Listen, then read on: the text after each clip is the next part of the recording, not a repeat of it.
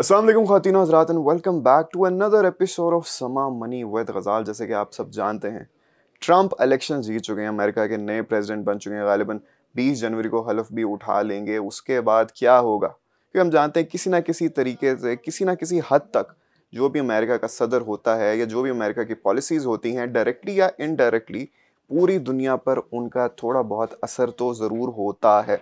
आज के एपिसोड में हम यही डिस्कस करेंगे क्योंकि काफ़ी ज़्यादा पर्सपेक्टिव्स आ रहे हैं। कुछ लोग कहते हैं कि ट्रंप आएंगे, एक मखसूस पार्टी है, उनके लिए मसीहा बन के आएंगे, उनके लिए सारी आसानियां पैदा हो जाएंगी। कोई कहता है जी इकोनॉमिक अफेयर्स हमारे बेहतर हो जाएंगे, कोई कहता है जी इकोनॉमिक अफेयर्स ख़राब हो जाएंगे। तो बदलाव आएगा, अगर आएगा तो कैसा आएगा और क्या वाकई आएगा भी या नहीं, इन सारी बातों को आज डिस्कस करेंगे। हमारे साथ मौजूद है Faisal Iqbal Khawaja, who is an expert when it comes to economic and tax affairs. So without any further ado, let's start today's discussion.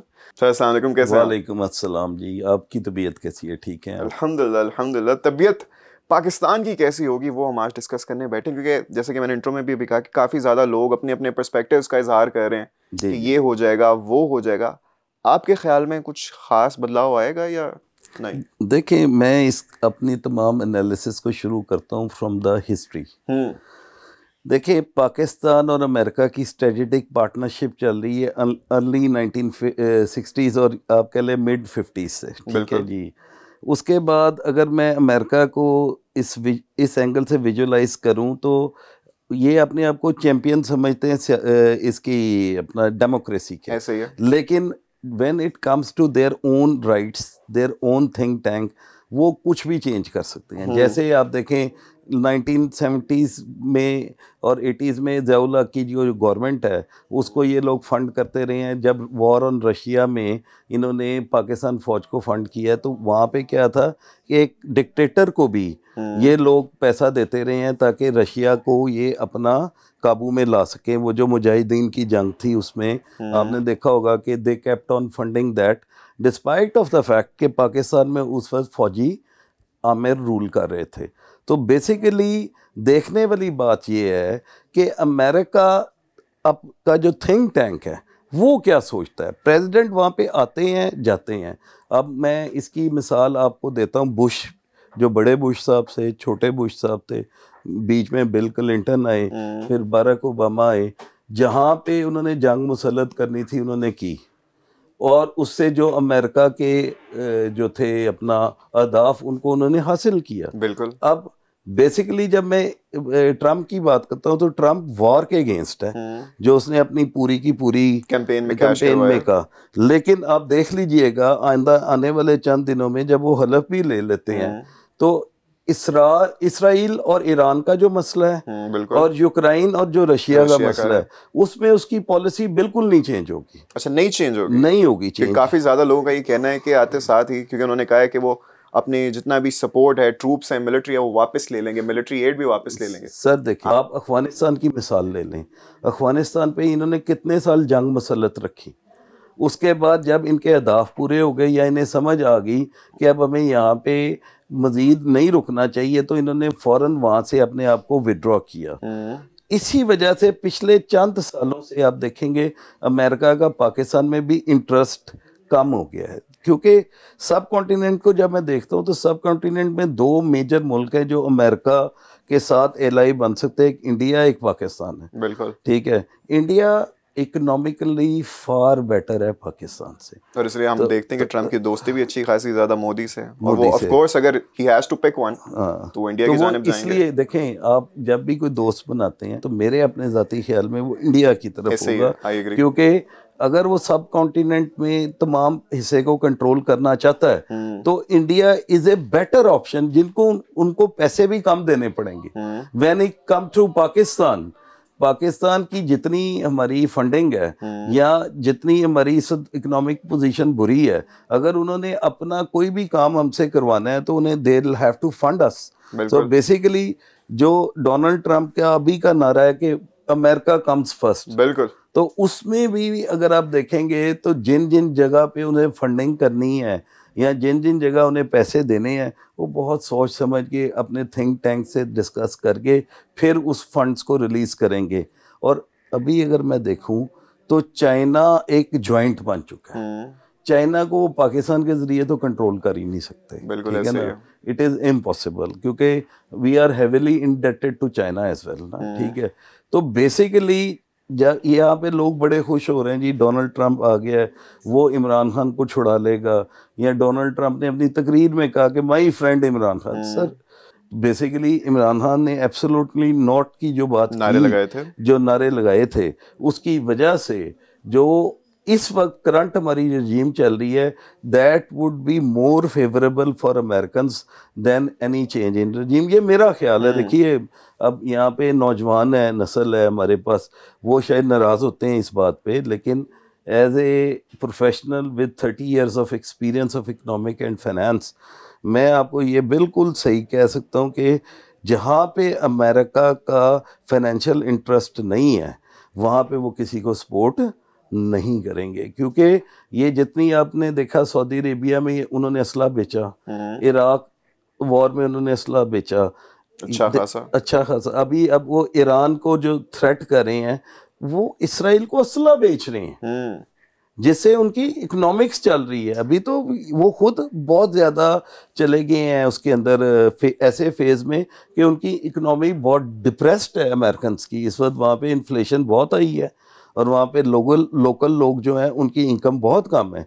अगर आप रिसेंटली, मैं तो अमेरिका हो गया आया हूँ लास्ट 6 months में, तो मैंने जो देखा है कि इस वक्त अमेरिका भी की जो इकोनॉमी है वो अपने लो पे है, ऑल टाइम लो पे है, ठीक है। वहाँ पे इंटरेस्ट रेट बहुत बढ़ गया है, मॉर्टगेज जो है वो लोगों की पहुंच से बाहर है, और अच्छे अच्छे लोग जो हैं वो अमेरिका से शिफ्ट हो रहे हैं। Same is with the UK. मतलब मैं यूके का इसलिए आपको ज़्यादा अच्छा बता सकता हूँ, मेरा बेटा वहाँ पे बैरिस्टर है, ठीक है। मैं उससे जब मिलने जाता हूँ तो कहते हैं 5-6 हज़ार पाउंड तो महीने के काम ही कोई नहीं रह गया ना, इतनी महंगाई हो चुकी है वहाँ पे। तो बेसिकली यहाँ बैठ के जब हम ये कहते हैं ना कि अमेरिका और यूके जाके लोग बहुत कोई अच्छा परफॉर्म कर लेंगे, तो हम अपने टॉपिक की तरफ वापस आते हैं। अमेरिका में डोनाल्ड ट्रंप के आने से सबसे पहले उसका फोकस होगा अमेरिका की इकोनॉमी को बेहतर। ऐसे ही है वो, हम कभी भी उसका फोकस नहीं है। देखें उसने 10 लाख वोट हैं पाकिस्तानी अमेरिकन के, जो ज़्यादातर सारे के सारे पीटीआई को सपोर्ट करें, या 90% पीटीआई को सपोर्ट करे, ठीक है। उसने वो जो नारा लगाया था, मेरे ख्याल में वो सिर्फ वो 1 मिलियन मेरे जस्ट पॉलिटिकल स्टंट, ठीक है। अच्छा सर, वापस आते हैं, जैसे कि आपने अभी जिक्र किया कि अभी अमेरिका के अपने काफ़ी मसाइल चल रहे हैं, इंटरनल मसाइल चल रहे हैं, जैसे कि इन्फ्लेशन और हाई टैक्स रेट सारे हैं। एक तरफ ट्रंप कहते हैं कि वो आएंगे तो सारे टैक्स रेट्स को कम करेंगे, इकॉनमी उनका मेन फोकस है, उनकी सारी की सारी कैंपेन ही इकॉनमी बेस्ड थी। उन्होंने कहा मैं आऊँगा, मैं बिजनेस फ्रेंडली एनवायरनमेंट क्रिएट करूंगा, टैक्सेस कम करूंगा, इकॉनमी को फ्लरिश करूंगा, अमेरिका कम्स फर्स्ट। लेकिन साथ ही साथ हमारे currency exchange association of Pakistan के जनरल सेक्रेटरी हैं जफ़र पराचा साहब, उन्होंने कहा है कि ट्रंप के आने से पाकिस्तानी रुपये के लिए ये वाकई एक थोड़ी अच्छी बात है, क्योंकि ट्रंप के आने से हो सकता है कि पाकिस्तानी रुपया तगड़ा हो जाए। क्यों? उन्होंने कहा कि इंटरनल पॉलिसीज ट्रंप की कुछ इस तरह की हैं कि उससे इन्फ्लेशन बढ़ेगी अमेरिका में, उससे डॉलर कमज़ोर हो सकता है और पाकिस्तानी रुपया वापस अपनी ताकत ले सकता है, पकड़ सकता है। आप क्या कहेंगे, एग्री करते हैं आप? देखें, मैं जफ़र पराचा साहब की स्टेटमेंट को ना नेगेट करूंगा, ना इंडोर्स करूंगा, लेकिन डॉलर नीचे जाने के कुछ और भी वजूहत हैं। ठीक है। सबसे पहले ब्रिक्स, वेरी इंपॉर्टेंट, जो ब्रिक्स करेंसी नई इशू कर रही हैं और पाकिस्तान को ब्रिक्स का पार्ट बनाने जा रही हैं। अगर हम ब्रिक्स का पार्ट बन गए तो डॉलर खुद ब खुद 200 से नीचे आ जाएगा। और डॉलर तो आएगा, लेकिन पाक अमेरिका रिलेशंस भी तो फिर ज़रा, हाँ देखें, 2-3 चीज़ें। एक अगर मैं थोड़ी सी मिसाल दूं, वो कहते हैं ना, रीछ के पिंजरे में जब आग लग जाए तो अपने बच्चों को भी पैरों के नीचे ले लेता है। ऐसे ही है, हमारे लिए वो आग लगी हुई है। कब की? ठीक है। अब हमने उस आग से अपने आप को कैसे बचाना है, इसके 2 या 3 हमारे पास हल हैं। एक, या हम अपना स्ट्रेटेजिक पार्टनर बदलें। हमें रशिया, ईरान और ये जो पाकिस्तान और चाइना, ये एक स्ट्रेटेजिक पार्टनरशिप करनी पड़ेगी, जो कि शायद हमारे लिए बहुत बेहतर है अमेरिकन पार्टनरशिप से, अगर मैं इकोनॉमिकली बात बिल्कुल, ठीक है। अब देखें, ईरान का जो तेल है इस वक्त अगर पाकिस्तान में स्मगल होके भी आ रहा है तो वो 150-200 रुपये पर लीटर डिस्काउंट पे आ रहा है, ठीक है। तो अब मुझे बताएं कि अगर वो ऑफिशियली आना शुरू हो जाए तो हमारी इकोनॉमी में एक ड्रास्टिक किस्म का अपर लेवल आएगा। सर आना था ना, इसलिए तो सारे ईरान पाक ईरान गैस पाइपलाइन साइन हुई इतने अरसे से साइन हुई पड़ी हुई है, हो ही नहीं पा रही। मेजर इन्फ्लुएंस उसमें अमेरिका का जिसकी वजह से नहीं हो पा रही। अब फाइन्स का भी नोटिस आ रहा है। तो अगर ये खाली हो जाती है, हाँ, बल्कि अभी छोड़ दें आप, सिंस हम ट्रम्प की बात करें, ट्रम्प आ गए, अब उनके तो प्रायोरिटी लिस्ट में टॉप ऑफ द लिस्ट यही है कि उन्होंने एक तो चाइना को नुकसान पहुंचाना है, दूसरा ईरान के साथ उन्होंने अपने कॉन्फ्लिक्ट जो भी हैं उन पर फोकस है उनका, ईरान को पे और सप्रेस करना है, सैंक्शंस लगानी है, तो वो तो ऐसा बिल्कुल भी नहीं चाहेंगे। यहाँ पे देखे ना, यहाँ पे हमारे जो थिंक टैंक है पाकिस्तान को, उसको सोचने की जरूरत है। ईरानी रिप्रेजेंटेटिव ने भी यही कहा ना कि आप भी ब्रिक्स में जाएं, आप ईरान इंडिया भी आपको नहीं कह रहा, देखिए वो भी कह रहे कि आ जाओ। इंडिया क्यों फ्लरिश कर रहा है, आपने कभी उसकी देखी? अभी जो रिसेंट उनकी वो पाइपलाइन है बिछरी, इसके साथ दुबई के साथ, एक तरफ से पानी जाएगा मीठा और दूसरी तरफ से तेल आएगा। नंबर 2, इंडिया ने रशिया और जितने भी लोगों से वो तेल खरीद रहा है उनसे नेगोशिएट कर लिया कि हम आपको पेमेंट करेंगे इंडियन करेंसी में। ठीक है, ये एक मेजर स्टेप है जिसकी वजह से इंडिया में, अभी मैंने पीछे मोदी का बयान सुना तो वो कह रहा था पाकिस्तान को भूल जाओ, वो खुद ही अपनी मौत मर जाएंगे, हमें अपनी तरक्की पे फोकस करना है। मुझे कोई कहे ना इंडिया पाकिस्तान पे हमला कर देगा, मैं कहे इंडिया को बेवकूफ़ है। जब एक मालदार आदमी जो होता है ना, उसको सबसे ज़्यादा कीमती उसकी जान होती है। ऐसे इंडिया की जो इस वक्त पोजीशन है, वो जंग अफोर्ड ही नहीं कर सकते। वो क्यों करेंगे? Day by day they are going up, day by day they are going up and they are making a lot of money. So basically जब हम बात करते हैं ना पाकिस्तान की इकोनॉमी की, स्ट्रेटेजिक पार्टनरशिप पाकिस्तान को चेंज करनी पड़ेगी, और करनी पड़ेगी मेरे ज़ाती ख्याल से कि हमें ब्रिक्स में फौरी तौर पे अपने आप को लेके आना पड़ेगा। और उससे डॉलर वाकई जो इन्होंने कहा है, देखें ट्रंप के आने से डॉलर कैसे कम होएगा? डॉलर क्यों, आपने कभी सोचा है डॉलर क्यों बढ़ता है? ये है डिमांड एंड सप्लाई का रूल। जब मेरी एक किस्त करीब आती है, अगर ये पाक रुपीस में देनी हो तो फिर तो मैं अपना रुपया छाप के उन्हें पेमेंट कर दूं। अब मैंने करनी है डॉलर्स में मेरे रिजर्व्स जो हैं वो उसकी इजाज़त नहीं देते। जब मेरे रिजर्व्स उसकी इजाज़त नहीं देते, डॉलर का रेट एकदम उठ जाता। ठीक है, उसको कंट्रोल करने के लिए इसहाक डार साहब ने एक लेवल पे एक कुछ अर्सा पहले एक पूरी पॉलिसी लेके आए थे कि हमने डॉलर को कंट्रोल करना है। लेकिन रियलिस्टिकली स्पीकिंग, मैंने अगर किसी को पेमेंट डॉलर में करनी है और मेरे पास डॉलर नहीं है तो फिर वो महंगा खरीदना पड़ेगा। वही डिमांड एंड सप्लाई का रूल के एक सप्लाई स्केर्स है। मतलब मेरे पास सपोज 1-2 किलो गोश्त है बेचने के लिए और मेरे पास खरीदार 100 हैं, बिल्कुल, तो गोश्त वाला जो मर्जी रेट ले। Same is with the dollar. जब मैं डॉलर की बात करता हूँ, मेरे रिजर्व्स अगर $100 के हैं और मैंने कर्जा अदा करना है $230 का, तो बाकी $130 तो मुझे जिस रेट पे भी लेने पड़ेंगे वो मैं लूंगा। बिल्कुल, तो वो मेरी जो है वो उसका रेट बढ़ जाएगा। अच्छा, अगर पाकिस्तान ब्रिक्स में शामिल हो जाता है, सही है, और पाक ईरान गैस पाइपलाइन भी एग्जीक्यूट हो जाती है, सर इन 2 चीज़ों से, खाली इन 2 चीज़ों से पाकिस्तान की इकोनॉमी में कितना पॉजिटिव असर आ सकता है? सर मैं अल्लाह ताला से दुआ गो हूँ कि मेरे औलाद और उनकी औलाद, जो हमारी आने वाली नस्लें हैं, उनके लिए कोई हुक्मरान ये फैसला करते। क्या ऐसा फैसला हो सकता है रियलिस्टिकली? रियलिस्टिकली क्यों नहीं हो सकता? अगर हमारी इस्टेब्लिशमेंट हमारे हुकूमत का साथ दे और हुकूमत में नेक और अच्छे लोग हों जो पाकिस्तान को तरक्की की तरफ लेके जाना चाहते हैं। देखें, I am now 55 years old, ठीक है, मैंने तो अपनी ज़िंदगी पाकिस्तान में गुजार दी। जब मैं देखता हूँ आप जैसी जनरेशन को या अपने बेटे को, अपनी बेटियों को जो अभी यंग हैं, तो मुझे एक ये दुख आता है कि हम उनके लिए क्या छोड़ रहे हैं। What is the legacy we are living for them? क्या ये इकोनॉमिक कंडीशंस हैं जो हम बच्चों को देके जा रहे हैं? जब भी एक बाप मरता है उसका सबसे पहला फोकस होता है मरने से पहले अपने बच्चों को इस्टेब्लिश कर लूँ।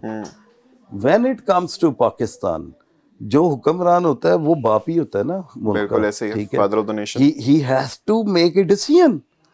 शहबाज शरीफ साहब को अल्लाह ताला ने ये मौका दिया है, इनकी टीम बहुत अच्छी है, बहुत ही काबिल लोग हैं, अलीम खान साहब जैसे लोग हैं, उसके बाद आप देख लें इसहाक डार बैठे हुए हैं। तो मेरा ज़ाती ख्याल है मियाँ शहबाज शरीफ साहब के दौर में जब कि एस्टेब्लिशमेंट भी उन्हें सपोर्ट कर रही है, तो they should have a decision on this. अच्छा, how do you rate the current government's performance so far? अभी देखते हैं इकोनॉमिक इंडिकेटर्स बड़े पॉजिटिव जा रहे हैं, हमारा इंटरेस्ट रेट नीचे आ रहा है, बड़ी फ्लरिशमेंट भी हो रही है थोड़ी बहुत। आप कैसे देखते हैं और आने वाले दिनों में क्या कहेंगे कि आपकी सजेशन क्या होगी कि ये स्टेप लेने चाहिए to make it even better? As a professional बताऊं या सियासी बयान दूं?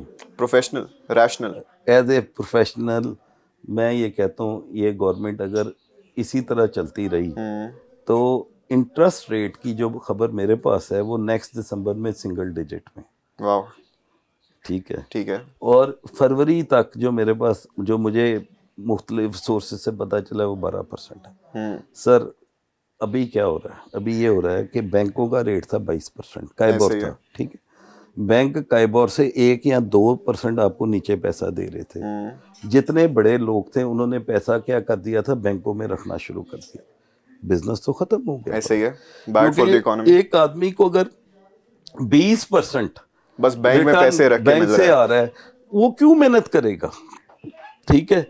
अब जब ये 12% होगा, मैं आपको मजे की बात बताता हूँ, मेरे जो क्लाइंट्स हैं उन्होंने अभी से मुझे पूछना शुरू कर दिया है, जिनकी मिलें बंद हैं, कि ख्वाहिश साहब इनको चलाने के लिए तो हमें क्या क्या इंतजाम करना पड़ेगा। Meaning thereby they have the द फंड्स।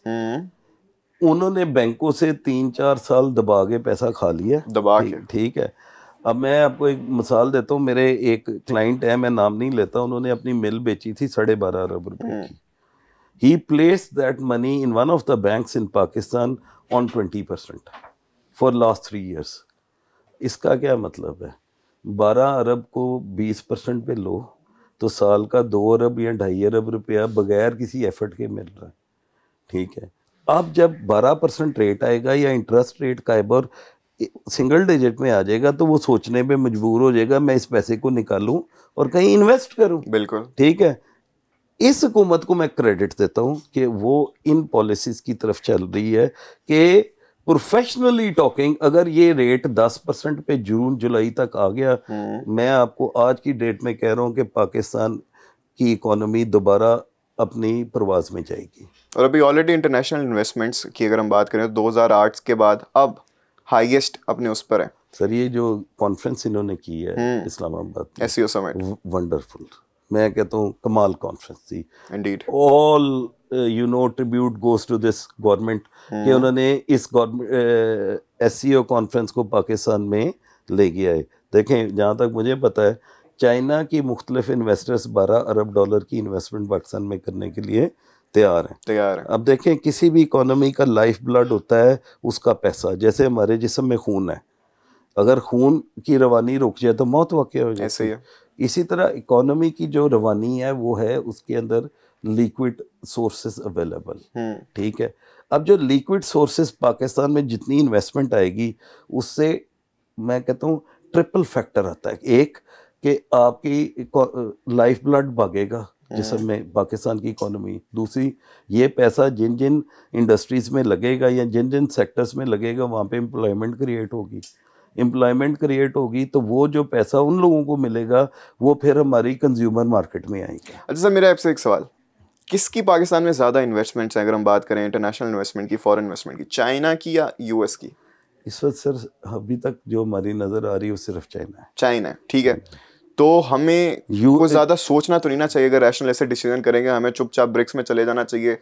सर ब्रिक्स में तो ब्रिक्स में तो ना जाना इनएविटेबल है। देखे ना, ब्रिक्स में तो जाना ही जाना है। अगर ना गए तो आपके ख्याल में ये बहुत बड़ी बेवकूफ़ी होगी? बहुत बड़ा ब्लेंडर होगा। ठीक है, बहुत बड़ा ब्लेंडर होगा। सही है सर, आगे बढ़ते हैं। आपने मिल्स की बात की थी, तो अगर हम ट्रम्प की पॉलिसीज की बात करें कि टेरिस को ज़रा देखें, तो अगर वो 10% टैक्स लगा देते हैं एक्सपोर्ट्स पर, ठीक है, तो उससे हमारी टेक्सटाइल इंडस्ट्री पे भी तो अच्छा खासा असर पड़ेगा।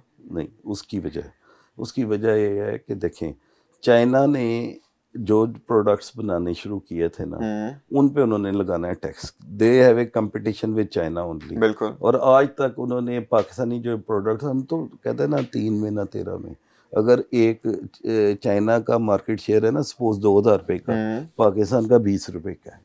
उस पे टैक्स लगा के उसने अपने कंज्यूमर को तो नहीं सजा देनी ना। ऐसे ही है। कंज्यूमर को तो कंजम्पशन चाहिए। शर्ट आपने पहनी, मैंने पहनी, शर्ट तो हमने पहनी ही पहनी। टेक्सटाइल प्रोडक्ट हमें चाहिए, ट्रैक सूट हमें चाहिए, टी शर्ट्स हमें चाहिए, ये पैंट कोट हमें चाहिए। अगर वो चाइना से नहीं लेंगे तो फिर उनके पास दो मार्केट्स रह जाती, एक इंडिया एक पाकिस्तान, तीसरी बांग्लादेश। इन पे वो कभी भी टैक्स नहीं लगाएंगे। यानी they'll heavily ड्यूटिटाइज चाइनीज प्रोडक्ट्स, उन पे वो ड्यूटी बढ़ाएंगे। लेकिन एज अपोज टू दैट वो ये जो हांगकांग है, पाकिस्तान है, बांग्लादेश है, ये अपना इंडिया है, यहाँ से जो एक्सपोर्ट्स हैं इसको वो कभी भी नहीं करेंगे। अच्छा सर, हमने ये तो भी so far from this conversation establish कर लिया है कि ट्रम्प की डायरेक्टली जो भी पॉलिसीज हों, जो भी ख्यालात हों, से पाकिस्तान की इकॉनमी पे कोई खास फर्क नहीं पड़ने वाला, ठीक है, since we have much better alternatives.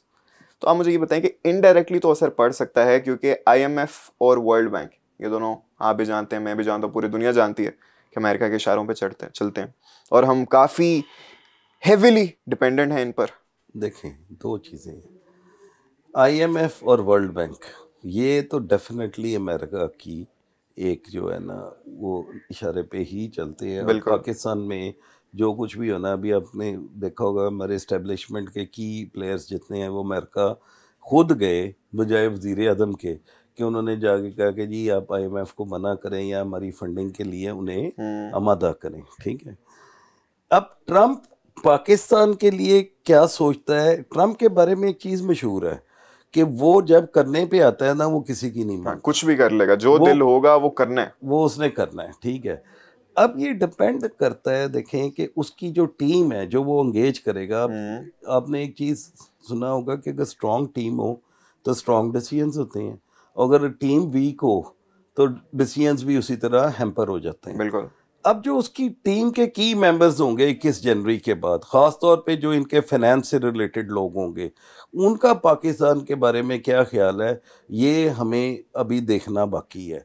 कि अगर वो ट्रम्प के कहने पे पाकिस्तान के लिए कोई थोड़ा सा अच्छा जाविया रखते हैं तो फिर डेफिनेटली IMF से हमें मज़ीद कर्जा मिल जाएगा। लेकिन देखें, मैं एक चीज़ बात बताऊं कि कर्जा लेके आप कब तक सरवाइव करेंगे? ऐसे ही है, कर्जा पे करने के लिए आप मजीद कर्जे लेते रहेंगे, साइकिल चलता रहेगा। बेसिकली आपको ये बनाना है कि जैसे IMF को 2005 में या 6 में हमने मुशर्रफ दौर में पाकिस्तान से शौकत अजीज ने किक आउट किया था, we should have a plan कि हमने IMF को एटलीस्ट पाकिस्तान से कैसे निकालना है। बहुत ज़रूरी है। जब आ गया कर्ज़ों का बैलेंस, तो अब जब मैं देखता हूँ कि पाकिस्तान का टोटल डेट है $122 बिलियन, जो मैंने लास्ट देखा था, शायद गलत हो, मैं उसके लिए पहले मदद करता, उसमें $38 बिलियन चाइना का है।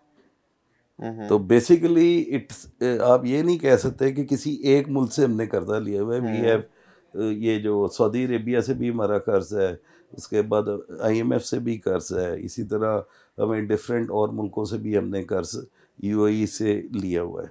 तो बेसिकली मेरा जो ज़ाती ख्याल है एज एन एक्सपर्ट वो ये है कि अब हमें स्ट्रेटेजिक पार्टनर्स या अमेरिका को जाके मिन्नत करनी चाहिए कि हमें ईरान के साथ काम करने की इजाज़त दी है, कि वो हमारा सर्वाइवल का मसला है। देखें, अब हम सर्वाइवल पे आ गए। नहीं, लेकिन ईरान के साथ काम करने की इजाज़त हमें अमेरिका से लेने की क्या ज़रूरत है? सर देखें, जब आप मकरूज़ होते हैं ना तो वो कहते हैं जिसका जो मकरूज़ है वो अपने नखरे नहीं कर सकते। हाँ, beggars can't be choosers. Beggars can't be choosers. Beggars can't be choosers. तो अच्छा, मुझे बताएंगे, IMF की अभी एक वफ्द पाकिस्तान भी आया हुआ है, बातचीत चल रही है कि आपके भाई टैक्स टारगेट्स पूरे नहीं हो रहे, आप हमें कैसे टाइमली पेमेंट कर सकेंगे, आपके टारगेट्स पूरे नहीं हो रहे, एक्सपेंडिचर्स ज़्यादा जा रहे हैं, तो कुछ ना कुछ तो गड़बड़ है, सही करें। तो सिंस आपकी एक्सपर्टीज़ है टैक्सेशन में, इस सारे मामले का भी हमें थोड़ा सा बताएं।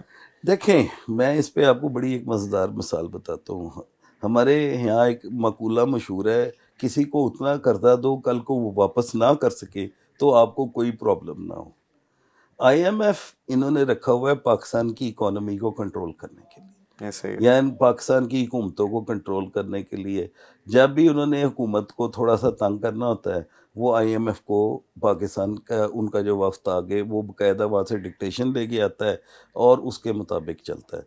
अभी जो रीसेंट डेवलपमेंट हुई है, ये IMF का वक्त इस तरह आया पाकिस्तान, अगेन इकनॉमिक्स का वही रूल, डिमांड और सप्लाई वाला।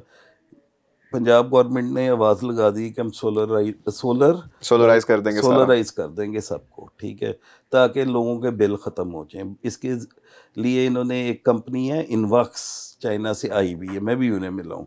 वो क्या कहते हैं कि जी हम आपको सोलर लगा के देंगे इंडस्ट्रीज में फ्री, आपसे 20 साल हम बिल वसूल करेंगे, और जो वापडा का बिल है उसका 30% या 20% आपको डिस्काउंट देंगे। ठीक है। अगर उस कंपनी का सोलर में किसी टेक्सटाइल मिल में लगवा ले, तो मैं छोटी सी मिसाल देता हूँ, मैंने 3 मेगावाट का लगवाया, अब 3 मेगावाट का बिल आता है 6 या 7 करोड़ रुपए का इस वक्त। उसके अंदर जो टैक्स लगा होता है ना, वो तकरीबन 90 से 95 लाख रुपया होता है। ठीक है। जो हुकूमत ने अपने टैक्सेस लगाए होते हैं, इनकम टैक्स वगैरह इस तरह के, अगर वो चला जाता है चाइनीज को, और वो बड़े स्मार्ट है, उन्होंने मुझे क्या क्या प्रपोजल दी, उन्होंने कहा जी आप हमें मिले थे, हम वहाँ पे खुद से सोलर इंस्टॉल करेंगे और लेंगे भी सिर्फ इंश्योरेंस गारंटी। जो आपका लास्ट बिल है वापडा का, वो आपने हमें दिखाना है, और उसका आपने 20% डिस्काउंट या 30% डिस्काउंट की पेमेंट हमें करनी कर देनी। हम आपसे इस पर्टिकुलर सोलर पैनल और ये तमाम चीज़ों की गारंटी भी नहीं मांग रहे। अब होगा क्या कि अगर हमारी मिलें उस पर चली जाएंगी, तो वापडा के जो टैक्स इकट्ठा होता है, इनकम टैक्स, वो तो ख़त्म हो जाएगा। वो तो क्या, अब इन्होंने प्रोजेक्शन में वो टैक्स डाला हुआ है कि जी ये टैक्स यहाँ से आएगा और हम यहाँ से आपकी रीपेमेंट करेंगे। इस चीज़ पे अब जो उनका आजकल वफ्द आया हुआ है, वो कह रहे जी आपने हमें बताया था कि आप ऐसे बिजली करेंगे, से अब आप ये और कह रहे हैं। तेल से ये इतना टैक्स आएगा, तो वो हम जो है ना उस टैक्स की बुनियाद पे आपकी रीपेमेंट्स करेंगे। अब जब हम इस तरह का कोई प्रोजेक्ट कर रहे हैं, मैं ये आपको खुद इस चीज़ का गवाह हूँ।